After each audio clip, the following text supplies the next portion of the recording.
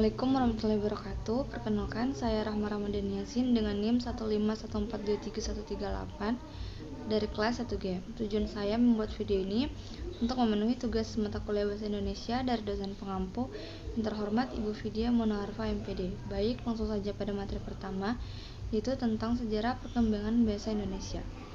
Bahasa Indonesia merupakan bahasa yang berkembang dari bahasa Melayu. Bahasa Melayu telah digunakan sebagai bahasa komunikasi di Nusantara sejak abad ke-7. Pada masa penjajahan Belanda, bahasa Melayu digunakan sebagai bahasa pengantar di sekolah-sekolah dan pemerintahan.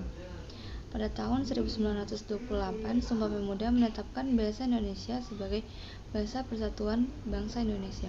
Sejak saat itu, bahasa Indonesia semakin berkembang dan digunakan di berbagai bidang kehidupan masyarakat Indonesia.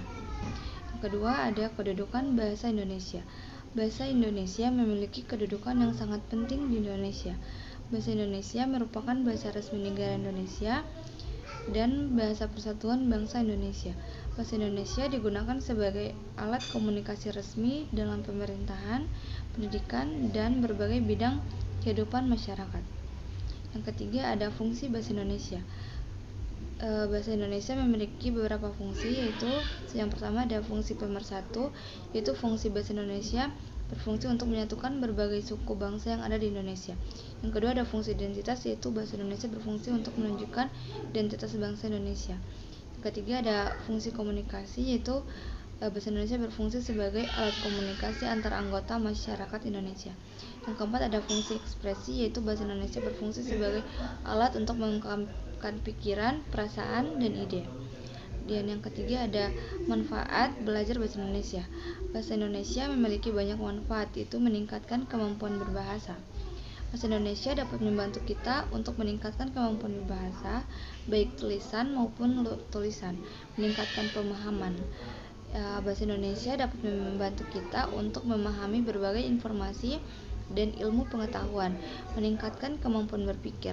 Bahasa Indonesia dapat membantu kita untuk mengembangkan kemampuan berpikir kritis dan kreatif. Meningkatkan kemampuan berkomunikasi, yaitu bahasa Indonesia dapat membantu kita untuk berkomunikasi dengan orang lain secara efektif. Yang kedua adalah ragam bahasa ilmiah. Ragam bahasa ilmiah adalah ragam bahasa yang digunakan dalam bidang ilmu pengetahuan.